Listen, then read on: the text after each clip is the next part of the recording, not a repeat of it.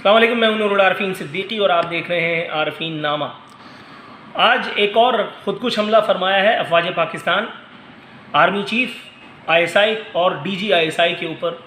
ملک کے 3 دفعہ وزیر اعظم رہ چکے عصر حاضر کے نام نہاد انقلابی، نام نہاد ٹارزن، نام نہاد چی گویرا، المعروف ووٹ کو عزت دو کمپنی کے سربراہ نواز شریف نے فرما رہے ہیں کہ اب تمام سوالوں کے جواب قمر جاوید باجوہ اور جنرل فیض حمید کو دینے ہیں۔ میری التجا ہے، درخواست ہے، التماس ہے 24 کروڑ پاکستانیوں اور ان جمہوریت دشمنوں سے جو جمہور کا درد رکھتے ہیں، جن کی آنکھ میں تھوڑی بہت حیا شرم موجود ہے، جو یہ چاہتے ہیں کہ پاکستان میں جمہوریت چلے یا نہ چلے، جمہور کی بہرحال فلاح و بہبود ضرور ہو۔ میں ذاتی حیثیت میں بھی جمہوریت دشمن نہیں ہوں، لیکن ایسی جمہوریت کس کام کی جو جمہور کے مزار پہ کھڑی ہو کر کے اور باجا بجائے۔ میں ان تمام عوام دوست قوتوں کے بہاف پر آرمی چیف جناب جنرل قمر جاوید باجوہ اور DG ISI جناب جنرل فیض حمید سے دست بستہ گزارش کرتا ہوں، ان سے ملتمس ہوں کہ جس طرح سے یہ سیکٹر انچارجز اور MQM کا دھڑم تختہ کیا گیا تھا تاکہ کراچی والوں کو ریلیف آئے، اب نواز شریف کے اوپر بھی ٹریکٹر بلڈوزر پھیر کر کے ہماری قلوب کی تسکین کا اور ہماری ذہنی تشفی کا سامان فرمائیں اور کمپنی کو شکریہ کا موقع دیں۔ نواز شریف فرماتے ہیں، کیوں انڈیا کو کشمیر ہڑپ کرنے کی ضرورت ہوئی؟ جی ہاں، انڈیا کشمیر اس وقت بھی ہڑپ کر رہا تھا جب آپ مودی کو یہاں بلا کر کے اس کی ممی کو کشمیری شالز اور پاکستانی آم کا تحفہ بھیج رہے تھے، جب آپ مری کی پہاڑیوں پر ڈوئٹ گا رہے تھے، پیار کی پینگیں بڑھا رہے تھے سجن جندال نامی اسٹیل کنگ سے۔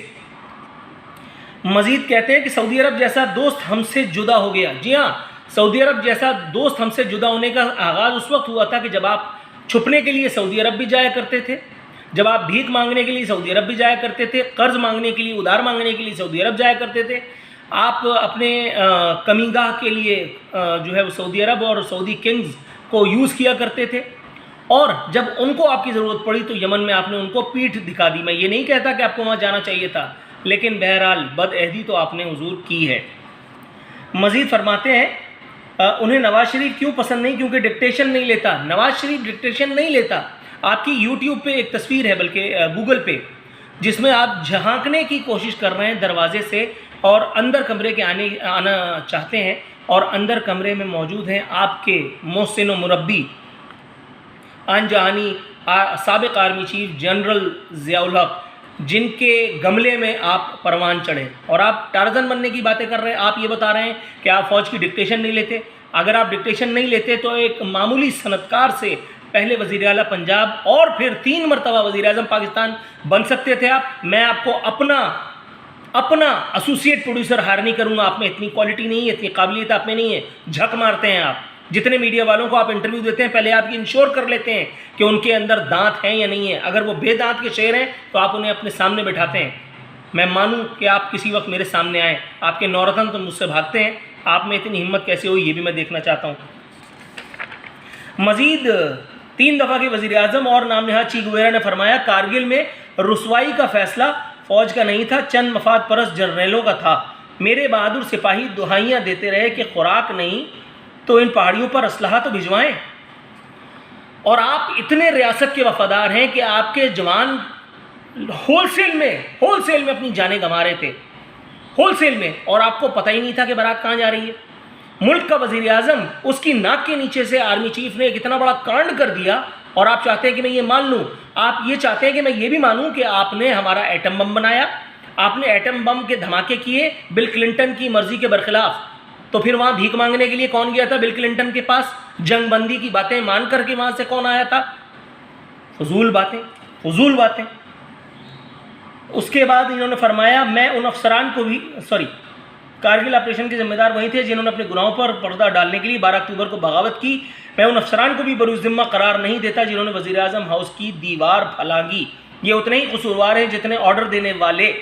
حضور والا، افواج پاکستان کو 111 بریگیڈ کو دیوار پھاندنے کی ضرورت کیوں پیش آتی ہے جب آپ جیسے لوگوں کو امیر المومنین بننے کا خب سوار ہوتا ہے، جب آپ کی گردنوں میں سریا آ جاتا ہے، جب آپ اپنے آپ کو ناگزیر سمجھنے لگتے ہیں۔ میں اللہ رب العزت کا شکر ادا کرتا ہوں کہ پاکستان میں ابھی ادارے اتنے فعال ہیں کہ 5 منٹ میں جوتے مار کے کسی کو بھی گھر بھیج سکتے ہیں۔ ان لوگوں کی موجودگی کے باوجود آپ جیسے لوگوں کے سر میں اتنا خناس بھرا ہے کہ آپ ہمیں لفٹ ہی نہیں کراتے. اگر یہ نہ ہو تو آپ تو ہمیں بیچ کے کھا جائیں.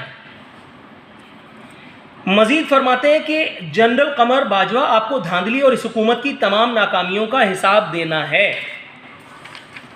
جنرل فیض حمید آپ کو جواب دینا ہے کہ کیوں آپ نے ایک حاضر سروس جج کے گھر جا کر دباؤ ڈالا. آپ نے اور آپ کی حکومت نے ججز پہ کوئی دباؤ نہیں ڈالا. جسٹس قیوم اور پتہ نہیں کس کس کے نام اس سلسلے میں لیے جا سکتے ہیں. میرا خیال ہے یادداشت آپ کی تھوڑی سی کمزور ہو گئی ہے. دوسرا فرماتے ہیں کہ جنرل فیض حمید کو کہتے ہیں کہ اس کے باوجود آپ کو لیفٹیننٹ جنرل کے عظیم الشان عہدے پر ترقی ملی اور ISI کے چیف بنے. میرے بہنوں اور بھائیوں یہ فوج آپ کی ہے, اسے عزت دی جائے. عجیب کنفیوز آدمی ہے. ایک طرف خود تحقیر کر رہا ہے اور عوام سے کہہ رہا ہے کہ فوج کی عزت کی جائے. یہ KMC کے سربراہ ہیں جنرل قمر جاوید باجوہ, یہ ہیسکو کے سربراہ ہیں جنرل فیض حمید. آپ ایک طرف اداروں کو متون کر رہے ہو, دوسری طرف آپ کہہ رہے ہو کہ میں فوج کی عزت کرتا ہوں. آپ اس فوج کی عزت کرتے ہو کہ جو آپ کو سلامی دے, لیکن جو فوج آپ سے سوال پوچھے آپ اس کو بالکل کسی خاطر میں نہیں لانا چاہتے. آپ راحیل شریف کو اس لیے پسند فرما رہے تھے کہ انہوں نے آپ کی گاڑی ڈرائیو کی, نیٹ پہ آج بھی تصویر موجود ہے, لیکن جب اس نے آپ سے یہ ڈان لیگز کے اوپر سوال پوچھا آپ کو برا لگ گیا. آپ امیر المومنین ہیں, آپ ناگزیر ہیں اس ملک کے لیے. جوتے مار کے نکال دینا چاہیے ایسے تمام لوگوں کو جن کے سر میں سودا سمایا ہوا ہے کہ وہ اس ملک و قوم کے لیے ضروری ہیں. کل الطاف حسین تھا, وہ اس شہر کے لیے اپنے آپ کو ضروری سمجھتا تھا. آج الطاف حسین کے بغیر یہ شہر, یہ وطن چل رہا ہے جیسے تیسے ہی صحیح. آپ نہیں ہوں گے تو بھی ہمارا کچھ خاص بگڑے گا نہیں, کیونکہ آپ نے ایسی کوئی جھک ماری نہیں ہے کہ جس کی وجہ سے ملک و قوم کا کوئی نقصان ہو جائے.